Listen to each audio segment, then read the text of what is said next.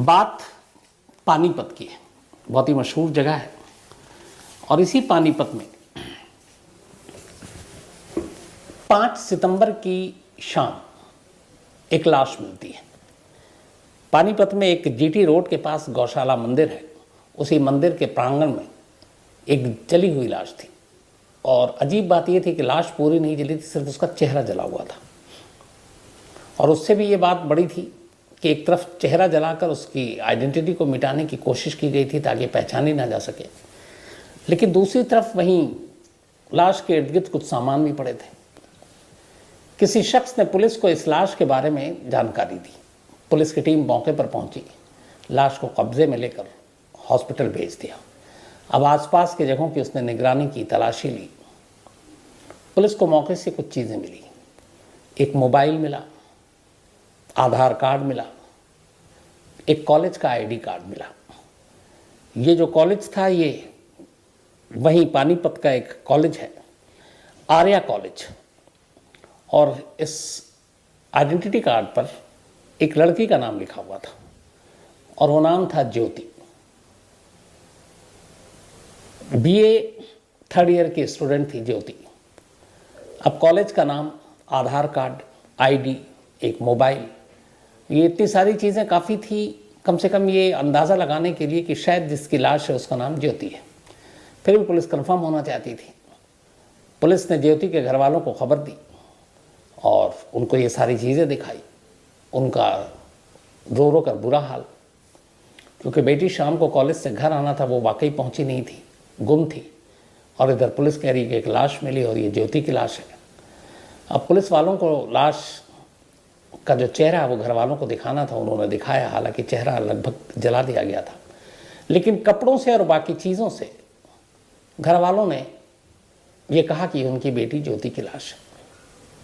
Postmortem के बाद अगले दिन पुलिस ने ये लाश ज्योति के घर वालों को सौंप दी। रोते बिलखते पूरे परिवार ने ज्योति का अंतिम संस्कार कर दिया। अब इसी बीच इसी कहानी में एक दूसरी कहानी शुरू होती है और ये कहानी भी इत्तेफाक से 5 सितंबर को ही शुरू होती है। पानीपत के ही इसी आर्या कॉलेज में पढ़ने वाली एक लड़की जिसका नाम सिमरन है और वो भी बीए 3rd ईयर की स्टूडेंट है, वो गायब है। अब इधर ज्योति की लाश मिली, सिमरन गायब है।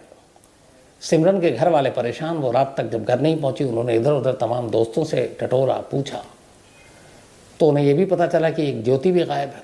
अब एक ही कॉलेज की, अच्छा ये दोनों एक दूसरे की दोस्त भी। अब ये अजीब चीज़ थी कि एक ही कॉलेज की 2 लड़कियां गायब हैं।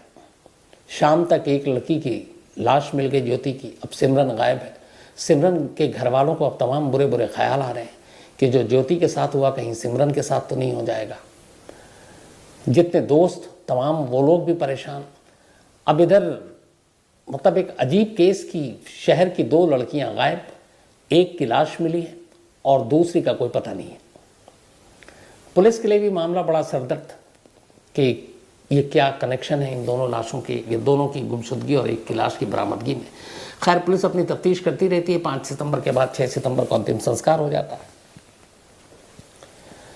पुलिस ने कुछ तस्वीरें जो ज्योति की लाश की थी वो उसको तमाम एक आगे चलकर अदालत में कानूनी लड़ाई में काम आए, उसके लिए खींच कर रखी थी। इधर सिमरन के घर वाले परेशान अपनी बेटी को ढूंढ रहे हैं। 48 घंटा हो चुका है, सिमरन का कोई सुराग नहीं। उधर कुछ दूरी पर ज्योति के घर वाले अंतिम संस्कार कर चुके हैं, लेकिन एक जवान बेटी की इस तरह की मौत और क्यों, किसने किया, कत्ल की वजह क्या, उसको लेकर उनका एक अजीब घर में मातम पसरा है। तो एक साथ 2 परिवार एक ही शहर में बुरी तरह से टूटा हुआ है और दोनों को कुछ समझ में नहीं आ रहा है कि हो क्या रहा है। तभी 7 सितंबर, ये 2017 की बात है, 5 सितंबर को लाश मिली थी। 7 सितंबर दूसरा 2 दिन बाद जो कुछ तस्वीरें पुलिस ने खींची थी लाश की, वो तस्वीरें पुलिस थाने में भी थी। इधर सिमरन के पिता लगातार अपनी बेटी को ढूंढ रहे थे, मिसिंग कंप्लेंट दर्ज कर चुके थे और उनकी बेटी की कोई खबर मिली कि नहीं मिली, इस उम्मीद में वो लगातार पुलिस स्टेशन के चक्कर काट रहे थे।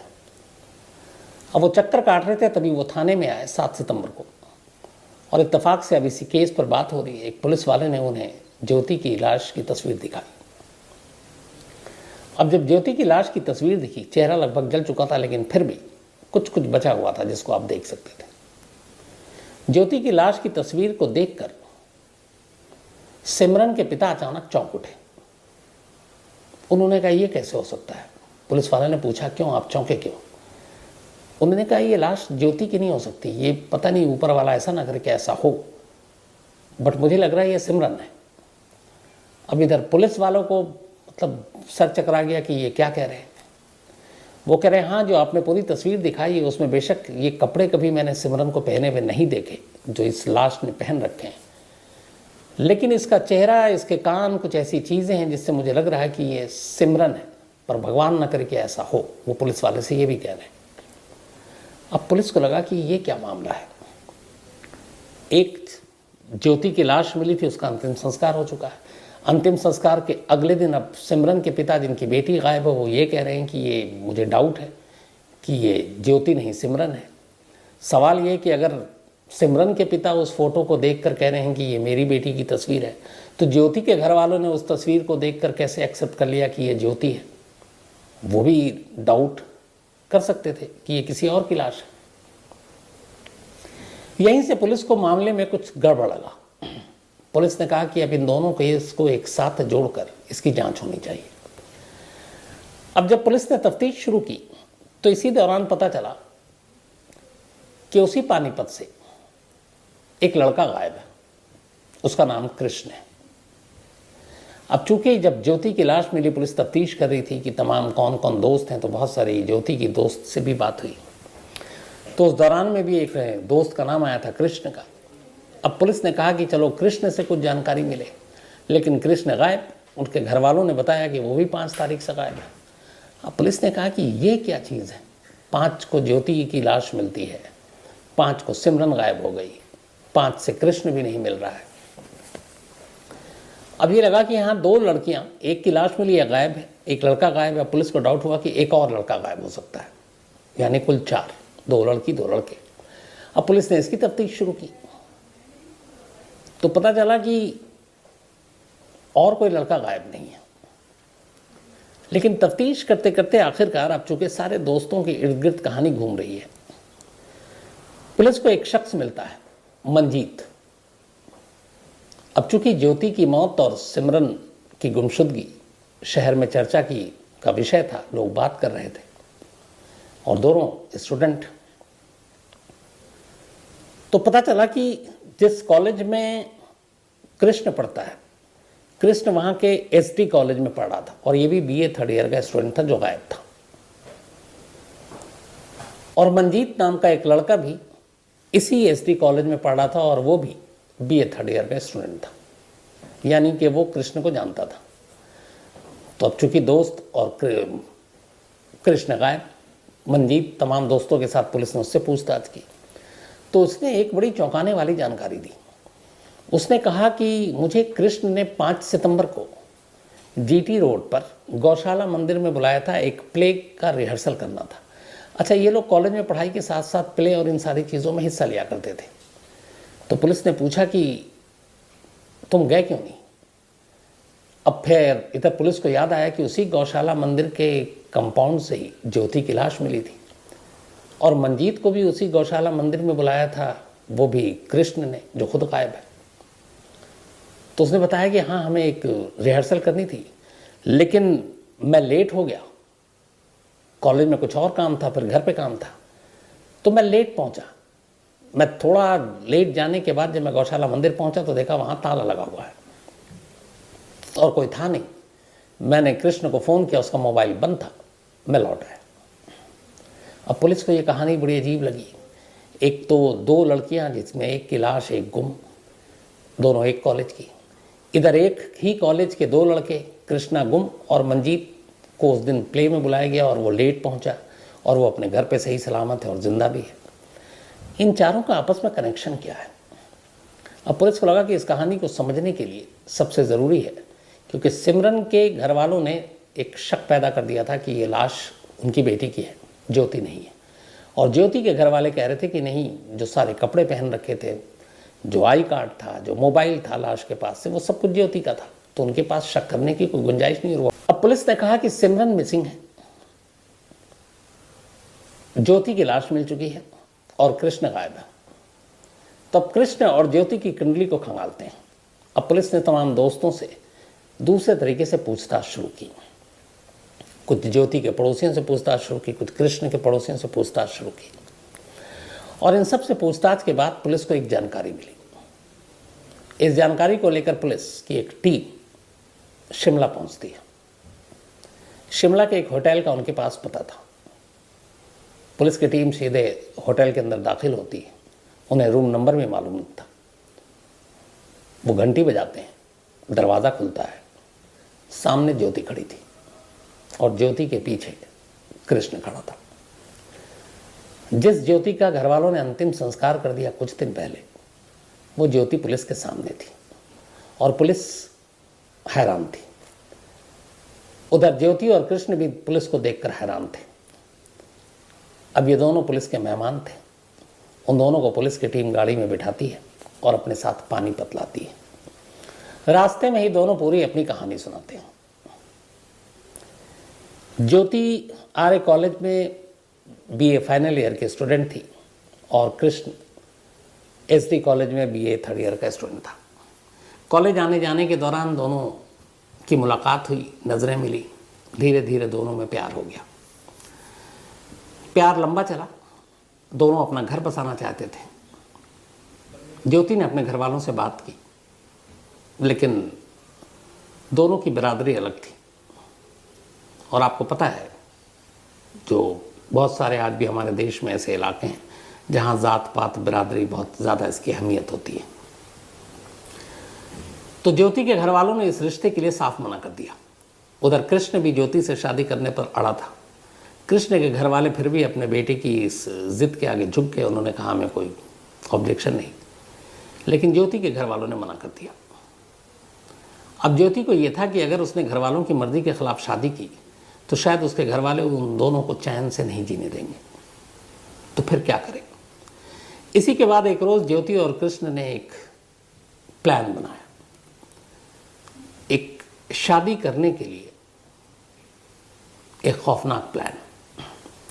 इन दोनों ने कहा कि अगर हम दोनों को शादी करनी है और शादी के बाद सुकून की ज़िंदगी जीनी है तो ये ज़रूरी है कि हम दोनों को मरना होगा, लेकिन असली में नहीं, अपने घर वालों, अपने मोहल्ले वालों, अपने जानने वालों की नज़रों में। और हम दोनों को एक नई पहचान के साथ एक नई जगह पर अपनी नई ज़िंदगी शुरू करनी होगी। लेकिन दोनों मरे कैसे? बिना मरे हुए। यही इनकी साजिश की अगली कड़ी थी। कड़ी ये थी कि सेम उन दोनों के कदकाठी के जैसा दो शख्स, एक लड़का और एक लड़की, वो दोनों मरे और वो सच में मरे, ताकि उनकी मौत इनकी ज़िंदगी बन सके। अब इस प्लानिंग पे काम शुरू हुआ। एक लड़की और एक लड़के को ढूंढना था जिन्हें या जिनका कोई कसूर नहीं था, बट इन दोनों की शादी की कीमत पर उन दोनों को मरना था, और वो भी अनजाने में। तो ज्योति को काम दिया गया कि तुम अपने हिसाब से अपने कदकाठी की लड़की ढूंढो, और कृष्ण ने कहा कि लड़का मैं ढूंढूंगा। दोनों ने अपनी तलाश शुरू की। इत्तेफाक से जिस आर्य कॉलेज में ज्योति पढ़ती थी उसी कॉलेज में सिमरन पढ़ती थी। सिमरन उसकी दोस्त थी, दोनों एक ही क्लास में थे।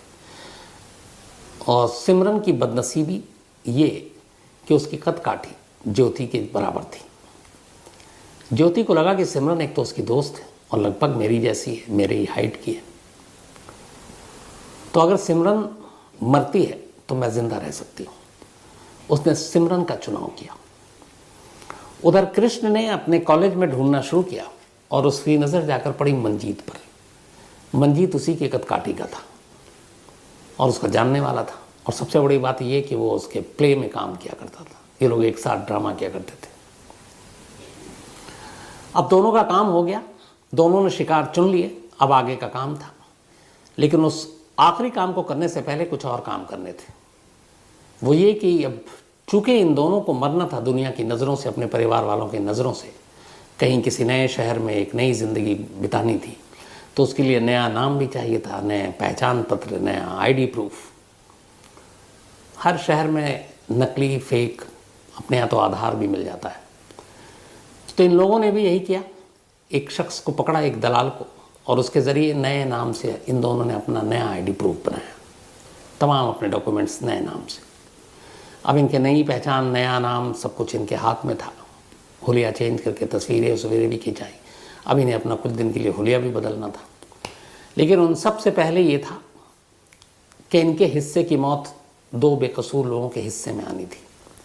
तारीख तय हुई 5 सितंबर 2017। जगह चुना गया जीटी रोड पर एक गौशाला है। उस गौशाले का एक शख्स कृष्ण का जानने वाला था। शाम के वक्त वहाँ सन्नाटा होता है, कोई है नहीं। उसने ये भी पता कर लिया कि गौशाला में जो एक कमरा है उसमें जो उसका जानने वाला रहता है वो अगले 3 दिनों के लिए पानीपत में नहीं है, यानी गौशाला पूरी तरह से खाली है और हाईवे के करीब था। इसी के बाद 5 सितंबर 2017 की तारीख तय की गई 2 कत्ल के लिए। ज्योति सिमरन को लेकर अपने साथ आती है कि चलो तुमको एक प्ले है और कुछ और काम है, तुमको वहाँ लेकर चलती हैं। दोस्त थी, उसने कहा चलो। अब ज्योति वहाँ पहुँचती है गौशाला में। वहाँ उसे कोल्ड ड्रिंक दिया जाता है। वो कोल्ड ड्रिंक पीती है, बेहोश हो जाती है। इसके बाद ज्योति का गला घोंट कर कत्ल कर देते हैं। फिर वो अपने साथ एसिड लेकर आए थे। सबसे पहले अब ज्योति के सारे कपड़े वो बदलते हैं, जो सिमरन को मारने के बाद सिमरन के सारे कपड़े उतार कर ज्योति खुद पहन लेती है और अपने सारे कपड़े सिमरन को पहना देती है। फिर एसिड डालकर उसके चेहरे को दोनों मिलकर जला देते हैं ताकि ये पता ना चले कि ये ज्योति है या सिमरन है या कोई और है। ये सब करने के बाद अब ज्योति अपने आधार, अपने कॉलेज का आईडी, मोबाइल सब लाश के इर्द गिर्द फेंक देती है ताकि पुलिस वालों को आसानी से मिल जाए। अब दोनों दूसरे शख्स का इंतज़ार कर रहे हैं ताकि दूसरा कत्ल हो। सिमरन की मौत ने ज्योति को एक तरह से एक नई ज़िंदगी दे दी, लेकिन अब मंजीत की मौत ज़रूरी थी ताकि उसकी मौत से कृष्णा जिंदा रहे। अब इसको फ़ोन किया, उसको भी बुला रखा था कि एक प्ले का रिहर्सल है, यहाँ आ जाओ। मंजीत की खुशनसीबी थी कि वो किसी काम में फंस गया। जो वक्त दिया गया वो नहीं आया। इस दौरान भी ये लगातार उसे फ़ोन करते रहे। फिर मंजीत ने बताया कि मुझे बहुत देर हो जाएगी। अब इधर डर रही है कि गौशाला के अंदर एक लाश है और अगर कोई आ गया इस दौरान में तो फिर दोनों पकड़े जाएंगे। तब इन दोनों ने तय किया कि मंजीत को छोड़ो, फिर कभी अब आधा अधूरा काम में ही भागना पड़ेगा, क्योंकि एक कत्ल तो वो कर चुके थे। अब दूसरे कत्ल के लिए मंजीत का इंतज़ार, और मंजीत पता नहीं है लेट हो गया तो अकेले आए, किसी और को लेकर आए तो फिर क्या करेंगे। तो दोनों ने अचानक तय किया कि अब इस जगह को खाली करना है और यहाँ से निकल लो। सिमरन का कत्ल करने के बाद सिमरन के कपड़े पहनकर ज्योति वहाँ से और अपने साथ वो सारे नए आईडी प्रूफ लेकर आ चुकी थी। वो कपड़े एक बैग में डालती है सिमरन के। दोनों रेलवे स्टेशन जाते हैं। स्टेशन के करीब वो सिमरन के कपड़े को फेंक देती है। फिर दोनों ट्रेन से वहाँ आगे पहुँचते हैं, फिर वहाँ से बस लेते हैं और फिर दोनों शिमला पहुँच जाते हैं। वहाँ उन्होंने पहले से एक रूम बुक कर रखा था। कुछ दिन के लिए उन्हें शिमला में छुप कर रहना था और इसके बाद फिर आगे का सफ़र करना था किसी नए शहर में जाकर। दोनों किसी नए नाम से जो उन्होंने अपने अपने बना रखे थे, नई ज़िंदगी शुरू करनी थी। लेकिन सिमरन के पिता को उस जले हुए चेहरे में भी अपनी बेटी की झलक दिखाई दे गई थी। और 7 सितंबर को यानी कत्ल के 2 दिन बाद जब उन्होंने कहा कि उन्हें शक है, तब पुलिस का भी फिर माथा ठनका और पुलिस ने कहा कि नहीं, तफ्तीश करेंगे। अगर सिमरन के पिता को शक न होता तो शायद सिमरन कहाँ होती आज भी इसका खुलासा नहीं होता। लेकिन जब ये कहानी सामने आई, इसके बाद इन दोनों को पकड़ा गया। पकड़ने के बाद दोनों को जेल भेजा गया। लेकिन ऊपर वाले ने भी एक अजीब बात सोच रखी थी। जो कृष्ण था, जिससे शादी करने के लिए ज्योति ने एक बेगुनाह लड़की अपनी ही दोस्त का कत्ल किया, पता चला कि उस कृष्ण को टीबी है। जेल जाने के कुछ महीने के बाद ही कृष्ण की जेल में ही मौत हो गई। अब अकेली गुनहगार बची ज्योति। 2017 में यह मामला अदालत में गया। केस चलता रहा। करीब 6 साल के बाद 2 दिन पहले 29 मार्च यानी कि परसों जो बीत गया, पानीपत की जो सेशन कोर्ट है, जिला अदालत है, निचली कोर्ट है, उसने अपना फैसला सुनाया। फैसला ये कि ज्योति अब ताउम्र यानी कि जब तक जिंदा है जेल के अंदर रहेगी, उसे उम्र कैद की सज़ा सुनाई गई है। उसका भागीदार, उसको शायद ऊपर वाले ने पहले ही सज़ा दे दी, अब वो इस दुनिया में नहीं है। तो अपने ही दोस्त के कत्ल, अपना एक घर बसाने, उस चक्कर में ज्योति की पूरी ज़िंदगी बर्बाद हो गई। सिमरन बेवजह मारी गई, मंजीत को किस्मत ने बचा लिया। और ज्योति के साथ ये हुआ कि सारी चीज़ें उसने जिस चीज़ के लिए की थी, अपने उस प्यार को पाने के लिए, न वो उसका प्यार जिंदा रहा और न वो आप खुद बाहर आज़ाद ज़िंदगी गुजार सकती है।